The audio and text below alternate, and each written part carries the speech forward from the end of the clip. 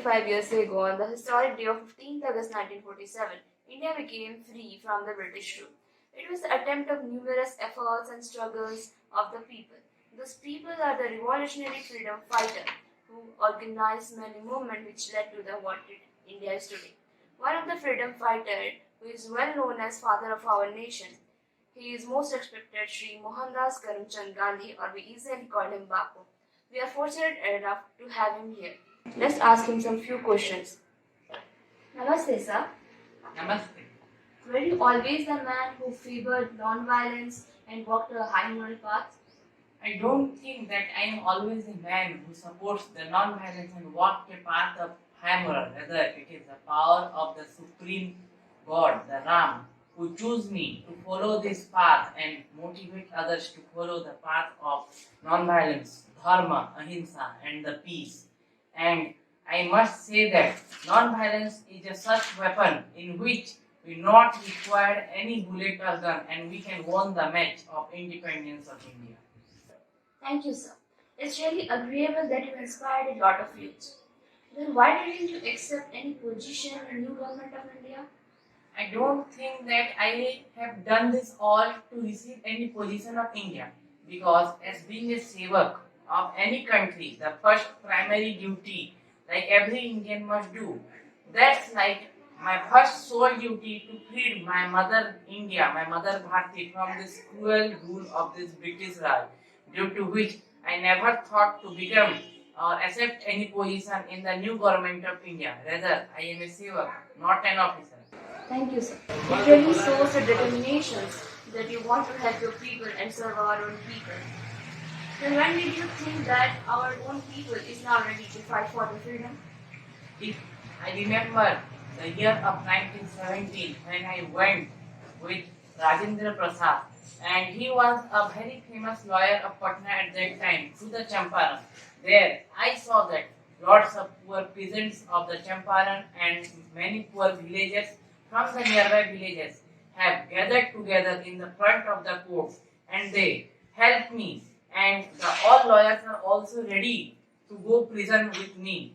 That time I decided that now the Indians are ready, as they are fearless from this British Raj. And then I decided that our India is completely, ultimately ready to fight for the independence of India, to make my mother Bharati, my Bharatma, to independence or free from this cruel Britishers. Then how did you feel that we could only win the battle of freedom in a non-violent way? Which incident motivated you to follow this?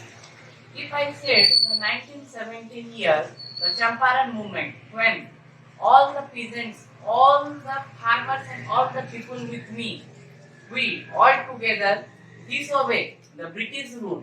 That is the first civil disobedience movement in which we peacefully, without any weapons, with the help of only honesty and dharma, means the ahimsa, I feel that we can ultimately win the match of independence of India without any violence, and we can win it with the help of non-violence only. And if I said there are several movements with me in the South Africa which inspire me that the one and only the best way to fight against these Britishers is the way of non-violence.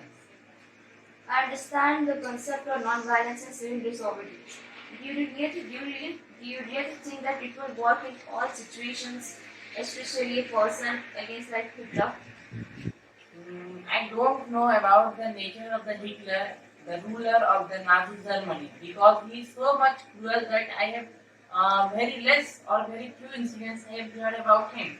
But I have practiced my law. I have practiced the just from the London itself, due to which I am very much confident that, and I must say that these Britishers are the strict rule followers, due to which the honesty, the civil disobedience movement and the non-violence is the best weapon to fight against this British Raj, to make my India free from them. Thank you, sir.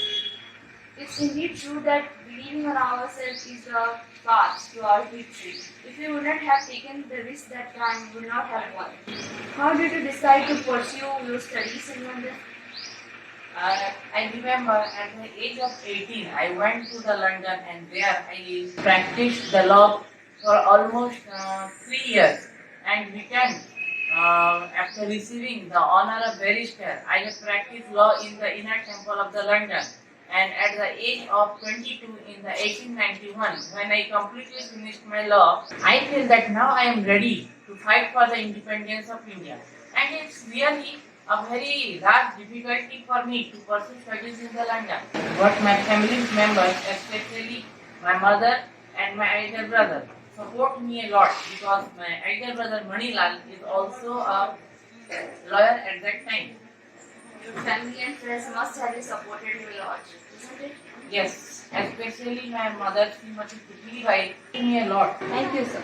In your childhood, is there something that happened to you which inspired you and you wanted to share with us? Yes, if I remember during my childhood in a smaller primary school in the Porbandar, there was one of my friends, known as Kuka, who thought himself untouchable and he never come to me very close. And if I wanted to go close to him, then he said that, please sir, don't come to me. As I am a friend, he said me the sir. And he thought that he is untouchable and if he touched me, then I will also consider as untouchability or become a part of untouchability. And that incident inspired me a lot that first, in order to make the country independent, to make my India independent, first we have to change this narrow-mindedness of the Indian people who divide themselves in various classes on this very negligible or very narrow mindset, without which we cannot win the war of independence with the help of non-violence. At that time, it was a you have to at that time it was a major problem of untouchability in our country. You must have thought that it needed to be abolished. Yes, absolutely correct. Why do you promote vegetarianism? In your view, eating beef or meat is be a crime?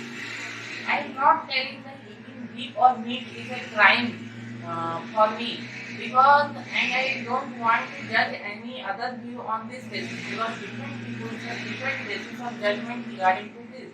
But since I am a sevak of ahimsa, the path of non-violence, I am a pujari, not a butcher. Because according to me, one who follows the non-violence must not kill any other organism and eat its meat, due to which, as being a path or a path follower of non-violence, I must say that eating beef or meat is a crime for myself only, due to which I support the vegetarianism. Thank you, sir.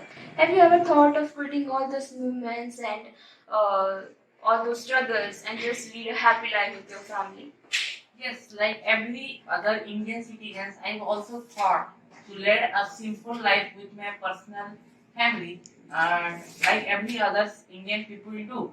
But as being a citizen of this Bharati, my first sole duty, my major sole duty is to first make my India freedom, then I have to thought about the others. Because according to me, I always said that मैं मरने के लिए तैयार हूँ लेकिन ऐसा कोई कारण नहीं है जिसके लिए मैं किसी को मारने के लिए तैयार हूँ.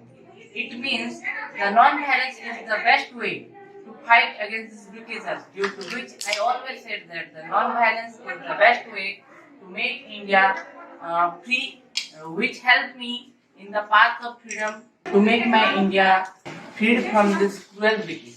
After listening you, I really felt that it is good to rebel instead of tolerating it. At least it will give a little hope to women. Salute to all these leaders who give up their life for this freedom of ours. It's a really pity that they can't see their masterpiece. Thank you, sir, for being with us here and giving your piece to. Thank you.